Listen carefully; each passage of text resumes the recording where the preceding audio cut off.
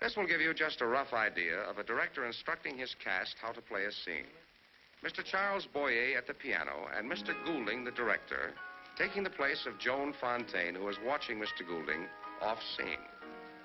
Mr. Goulding evidently was not at all satisfied with his rehearsal, so he will endeavor to get into character by wearing Miss Fontaine's hat and play up to Mr. Boyer. All right, Eddie. Give out. So I'll start, I'll count 4 first. 1, 2, 3, 4.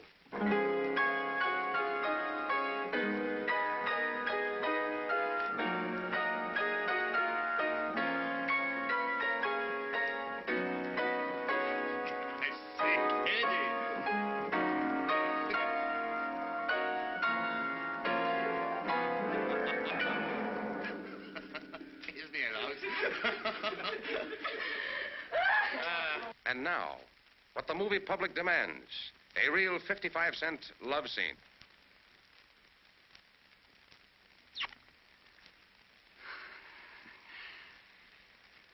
I say, that was a scorcher.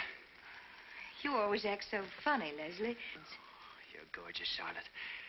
Give us another.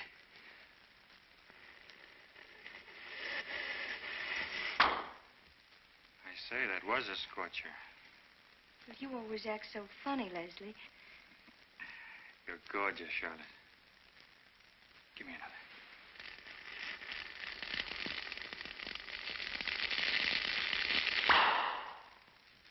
I say, that was a scorcher. You always act so funny, Leslie. You're gorgeous, Charlotte. Give us another.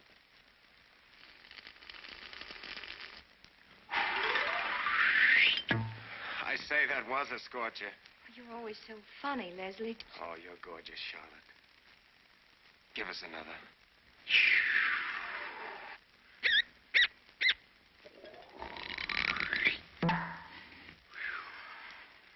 I say, that was a scorcher. You always act so funny, Leslie. You're gorgeous, Charlotte. Come on, give us another.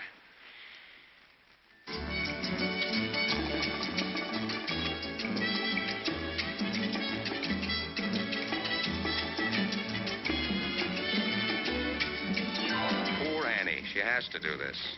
You see, she took some medicine and forgot to shake the bottle. Ho, ho, ho.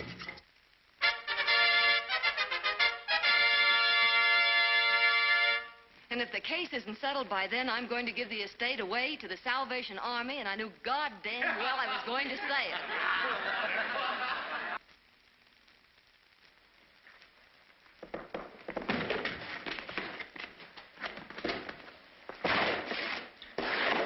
I'm through.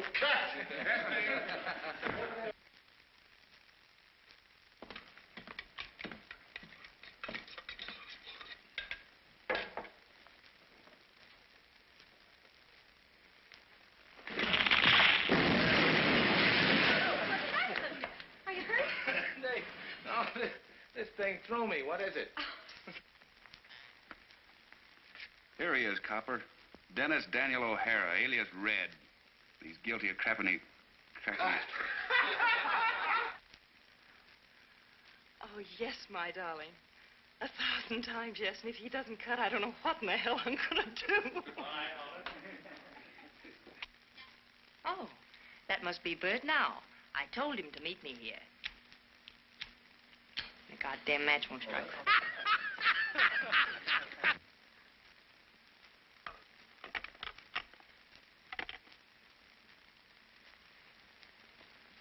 Stinks.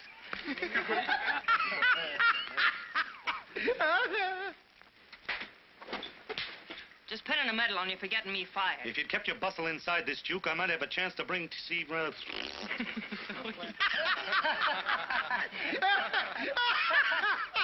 Now, what's your news?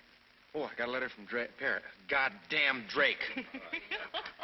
Dear Drake, glad to hear that you're feeling good and everything's going so well. We skipped that. Of course, I'm... Paris. Oh, Paris. Jesus Christ. I'm sorry. I suppose it's a pretty big field, sir. Maybe too big. Maybe 100 years off. Of course, you can never tell. Hey, I'm not talking the dialogue for... Cassie was poisoned. Then quite a bit later, Dr. Tower shot himself. He hadn't been dead very long when the cook came in and found him. And I forgot the rest of the line from there, but it'd be great if I could remember it. Pretty lucky. But I didn't have anything to do with the murder, or whatever you call it. God damn it. I just happen to remember Bentley. He flew one over there and never came up, never came back, never showed up. The son of a bitch drowned.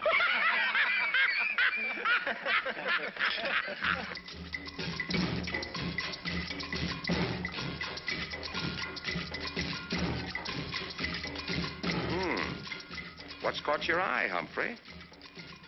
Oh, I can see why you're having trouble keeping your eyes focused. Too much for you, huh? Poor fella. You just rest quietly. Well, the return of the man who came to dinner. For God's sake. And the laws of the state of California. Therefore, who God hath joined together, let no man put asunder. That'll make a goddamn good one for somebody where they're having this thing.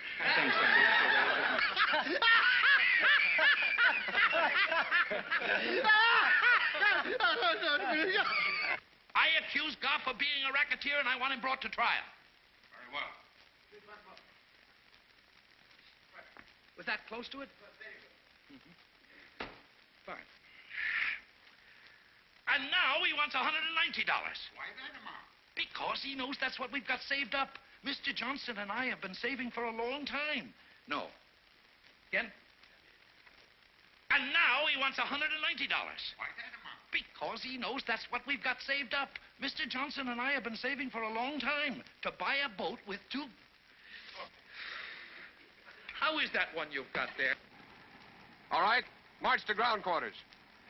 Ground quarters? What the hell is ground quarters? Get out of there, will you? I won't like that. I nearly cut my throat. Hey, what's that? Right there. Take a ride with it.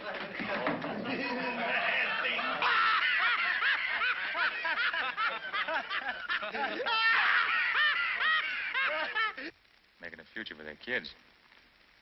That's something you can't buy them. Oh, Christ. God damn. All right. 25 years pass. He keeps... frozen. That's all.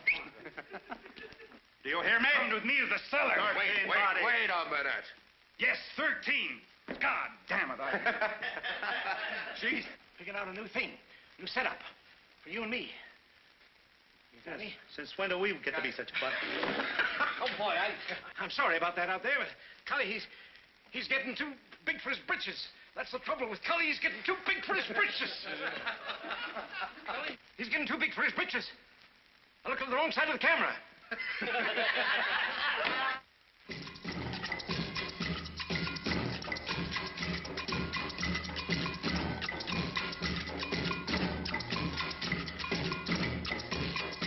She doesn't know her name.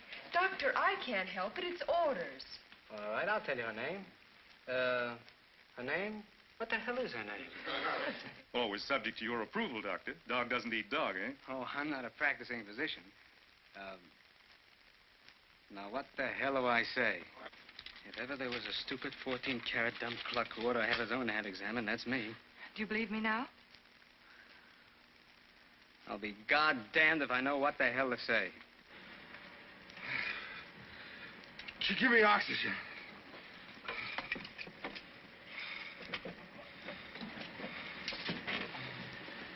Jesus Christ. Having a hell of a time. There we are, boys, ass and all. Come on, lift it. All right, you dive keeper. Now, do you think for a second that we're going to come in this crummy goddamn place again? You're crazy. Which way? Okay. That's all in now.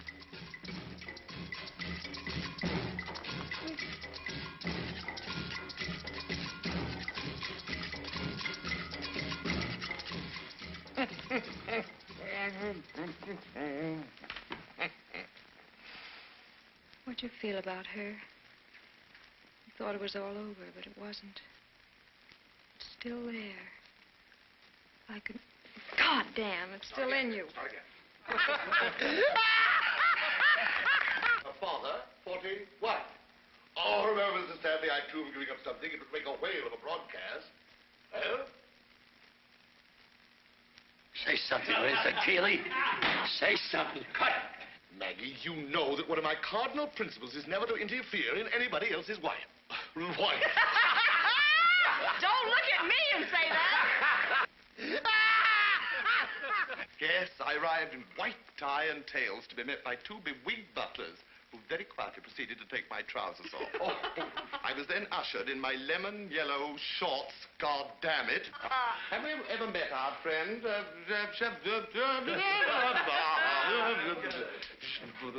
Sherry, my own. If you really must know the truth, then I've bloody well gone again on the same goddamn line. But, Sherry, darling, I've been so worried. Now, seeing you in this chair. This chair fits my fanny as nothing else ever has. Who would have thought an hour ago I'd be on my way to South Carolina? Life is just full of surprises, isn't it? Will you both stop this violent headache? Shall I tell you how I glittered through the South Seas like a silver scimitar? Or would you rather hear how I finished a 3-act play with one hand whilst making love to a Maharaja with... Oh.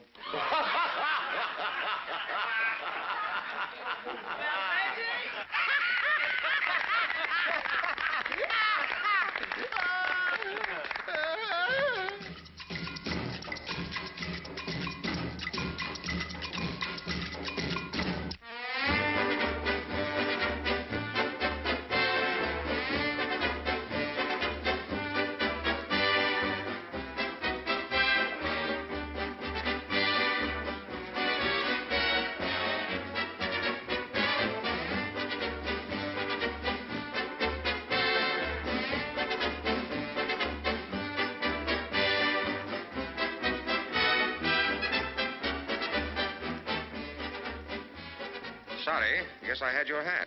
That's all right, I had yours. Well, then I must have yours. Then you've got mine. Say, we girls certainly have trouble with our hats. You give me mine or I'll hit you with my beaded bag.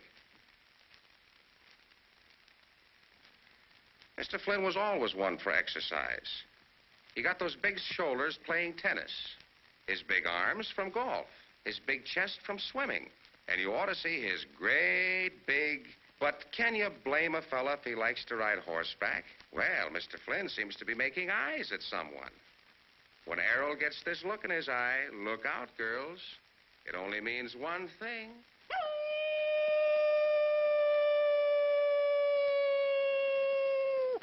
And oh boy, look at the little number he's promised to screen test this time. Careful, my little pigeon. There's a Seahawk after you. Mr. Flynn's in a bad way, but he claims these eyes are helpful when he eats in a restaurant. With one eye, he can watch his dinner, while the other watches his hat and coat. The glamour boy in action. Oh, Errol, you kiss so divinely. Yeah, I used to be a Boy Scout bugler.